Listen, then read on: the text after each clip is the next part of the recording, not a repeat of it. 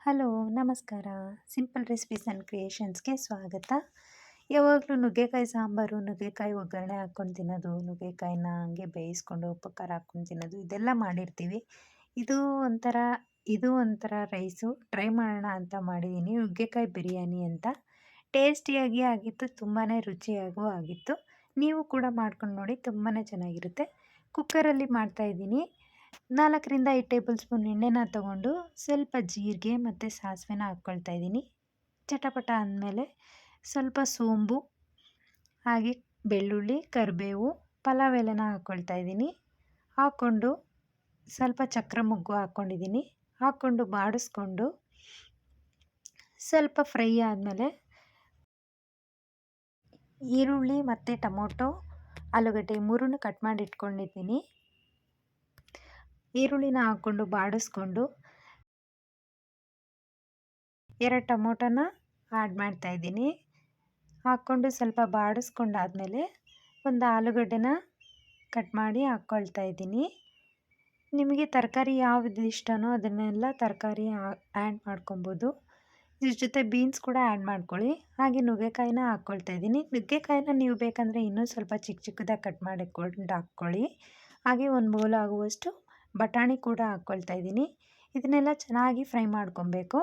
ಇದು ಸ್ವಲ್ಪ ಫ್ರೈ ಆಗೋಷ್ಟರಲ್ಲಿ ನಾವು ಮಸಾಲೆನ ರುಬ್ಬಿಟ್ಕೊಳ್ಳೋಣ. ಮಿಕ್ಸಿಗೆ ಒಂದು 2ರಿಂದ 3 ಹಸಿಮೆಣಸಿನ್ಕಾಯಿ, ಕರಿಬೇವು, ಹಾಗೆ ಹಸಿ ಕೊಬ್ಬರಿನ ಆ್ಯಡ್ ಮಾಡ್ಕೊಳ್ತಾ ಇದ್ದೀನಿ. ಶುಂಠಿ ಮತ್ತು ಕೊತ್ತಂಬರಿ ಸೊಪ್ಪನ್ನು ಹಾಕ್ಕೊಳ್ತಾ ಇದ್ದೀನಿ. ಇದನ್ನೆಲ್ಲ ನೀವು ಮಸಾಲೆಗೋಸ್ಕರ ರುಬ್ಬಬೇಕಾಗುತ್ತೆ. ಫ್ಲೇವರು ಚೆನ್ನಾಗಿರುತ್ತೆ, ಕಲರ್ ಕೂಡ ಹಸಿರಾಗಿರುತ್ತೆ, ಚೆನ್ನಾಗಿರುತ್ತೆ. ಒಂದು ಸ್ವಲ್ಪ ಶುಂಠಿ ಬೆಳ್ಳುಳ್ಳಿ ಪೇಸ್ಟ್ನು ಆ್ಯಡ್ ಮಾಡ್ಕೊಳ್ತಾ ಇದ್ದೀನಿ. ಶುಂಠಿ ಬೆಳ್ಳುಳ್ಳಿ ಪೇಸ್ಟ್ ಇಲ್ಲಾಂದರೆ ನೀವು ಶುಂಠಿ ಮತ್ತು ಬೆಳ್ಳುಳ್ಳಿನ ಹಾಕ್ಕೊಳ್ಳಿ. ಒಂದು 4ರಿಂದ 5 ಲವಂಗ, 1-2-3 ಪೀಸಷ್ಟು ಚಕ್ಕೆ, ಹಾಗೆ ಕಾಳು ಮೆಣಸನ್ನ ಹಾಕ್ಕೊಳ್ತಾ ಇದ್ದೀನಿ. ಒಂದು 4ರಿಂದ 5. ಖಾರಕ್ಕೆ ನಿಮಗೆ ನೋಡ್ಕೊಂಡು ಎಷ್ಟು ಬೇಕೋ ಅಷ್ಟು ಹಾಕ್ಕೊಳ್ಳಿ. 1 ಟೇಬಲ್ ಸ್ಪೂನಷ್ಟು ಜೀರಿಗೆನ ಆ್ಯಡ್ ಮಾಡ್ಕೊಳ್ತಾ ಇದ್ದೀನಿ. ಸ್ವಲ್ಪ ನೀರು ಹಾಕ್ಕೊಂಡು ನೀವು ಚೆನ್ನಾಗಿ ಗ್ರೈಂಡ್ ಮಾಡ್ಕೊಳ್ಳಿ. ಗ್ರೈಂಡ್ ಮಾಡಿ ಇದನ್ನು ಎತ್ತಿಟ್ಕೊಳ್ಳೋಣ. ಆಮೇಲೆ ನಾನು 1 ಲೋಟ ಅಕ್ಕಿನ ತೊಗೊಂಡಿದ್ದೀನಿ. 1 ಲೋಟ ಅಕ್ಕಿನ ತೊಗೊಂಡು ವಾಶ್ ಮಾಡಿ ಎತ್ತಿಟ್ಕೊಳ್ತಾ ಇದ್ದೀನಿ. ಈಗ ನಾವು ಈ ಮಸಾಲೆನ ಕುಕ್ಕರಲ್ಲಿ ಆ್ಯಡ್ ಮಾಡ್ಕೊಳ್ಳೋಣ. ಆ್ಯಡ್ ಮಾಡಿಕೊಂಡು ಸ್ವಲ್ಪ ಹಸಿ ವಾಸನೆ ಹೋಗೋವರೆಗೂ ಇದನ್ನು ಚೆನ್ನಾಗಿ ಬಾಡಿಸ್ಕೋಬೇಕಾಗುತ್ತೆ. ಹಸಿ ವಾಸನೆ ಹೋಗೋವರೆಗೂ ಬಾಡಿಸ್ಕೊಂಡಾದಮೇಲೆ ನಾನು 1 ಲೋಟ ಅಕ್ಕಿನ ತೊಗೊಂಡಿದ್ದೀನಿ. 1 ಲೋಟಕ್ಕೆ ನೀವು 2 ಲೋಟ ನೀರು ಹಾಕ್ಕೊಳ್ಳಿ. ಉದುರಾಗಿ ಚೆನ್ನಾಗಿರುತ್ತೆ, ಮೆತ್ತಗಾಗಲ್ಲ. ನಾವು ಯಾವಾಗಲೂ ಟೊಮೊಟೊ ರೈಸು, ಟೊಮೊಟೊ ಬಾತು, ವಾಂಗಿಬಾತು, ಚಿತ್ರಾನ್ನ, ಪುಳಿಯೋಗರೆ ಇದನ್ನೆಲ್ಲ ತಿಂದಿರ್ತೀವಿ.